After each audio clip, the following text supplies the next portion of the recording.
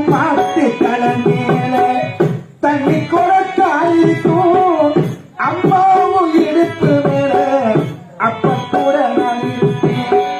சும்மாத்து தலைமையில தண்ணி குறைக்காயிருக்கும் அம்மாவும் இடுப்பு மேல அப்ப கூட நான் இருப்பேன். என்ன சுமையா நினைக்காம பெரும் புகமா நினைச்சே. என்ன சுமையா நினைக்காம பெரும் புகமா நினைச்சே.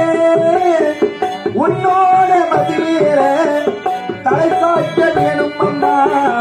அப்படியே செத்திடலா அந்த நேர தோணும் அம்மா. உன்னோட மதிவேற